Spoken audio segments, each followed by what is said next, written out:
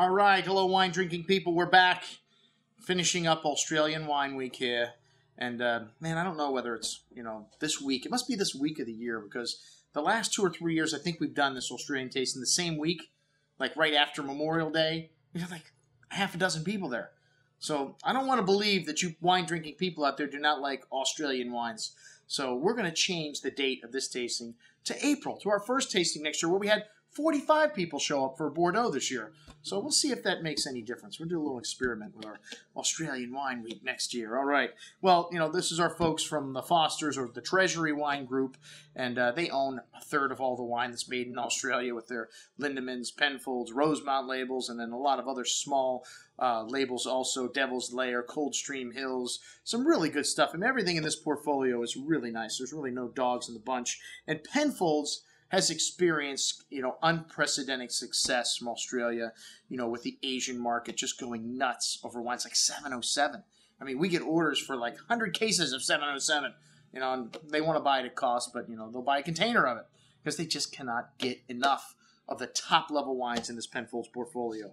Okay, well, Penfolds, been around 150 years. Rosemount, the other winery featured, a relatively recent invention, about 40 years old, but one of the better-known labels as well. Maybe not as well-known for high quality, but they do make a couple of exceptional wines. The Balmoral, one of the wines of the night, a McLaren Vale Shiraz, and, of course, the St. Henri. Those two wines, to me, really outshine everything else on the table, but, a little higher in price. They should have, And the whites, well, let me just say, go to Australia for white wine for the most part.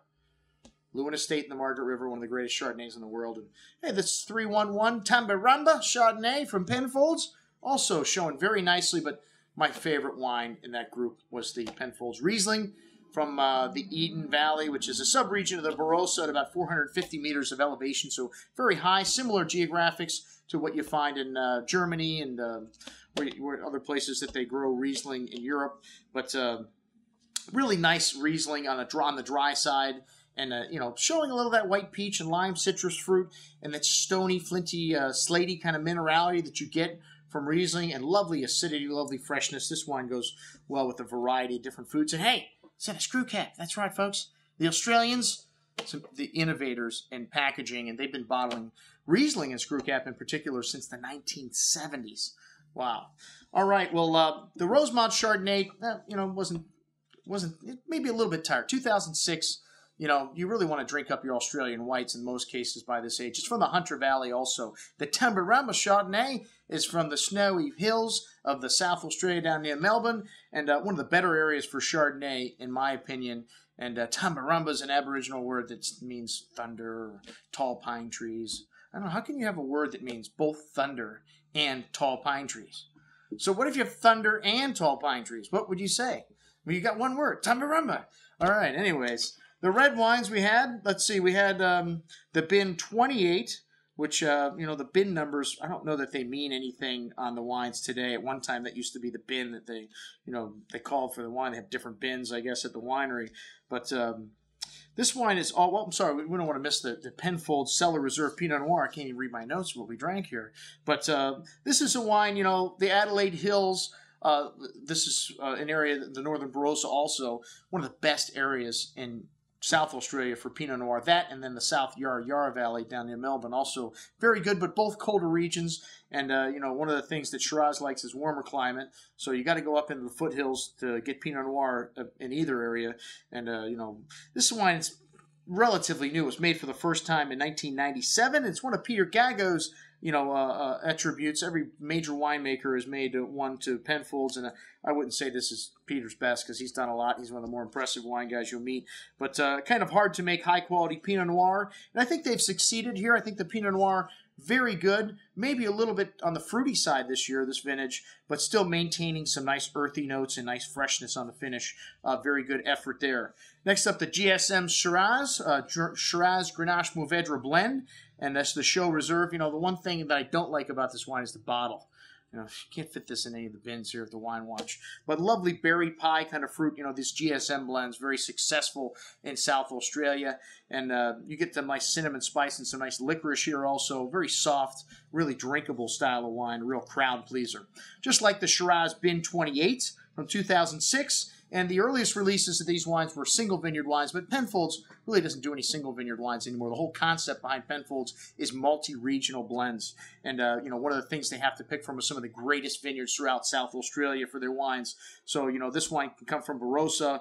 It could come from McLaren Vale. It could come from even down near Melbourne, Heathcote. They've got great Shiraz vineyards down there. So the best juice and a blend of that. And this wine showing some nice blackberry fruit, nice violet floral nuance. Soft, round tannins, very approachable, and definitely not over the top. None of Penfolds wines are. They're a very balanced style of wines. Very good juice. The Balmoral, just most excellent juice, man. This wine is always great. A distinct McLaren Vale Shiraz, lovely bouquet of blackberry jam, black olive tapenade, bittersweet cocoa, fresh proud black earth, licorice spice, a very complex. This is 2004 vintage, a killer vintage from South Australia, thick and structured on the palate, many layers of flavors on the finish.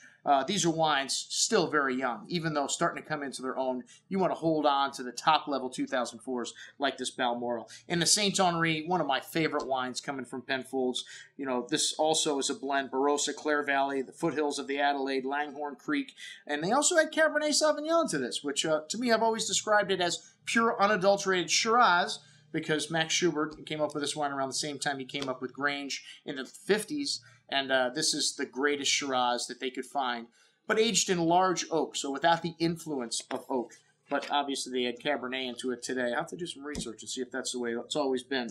But lovely plum and black cherry fruit here on the nose with hints of licorice spice. And again, a lovely violet floral nuance showing. Tannins ripe and round, but excellent structure again. A lovely elegant style of Shiraz, bursting with acidity on the finish. Lovely balance there, folks.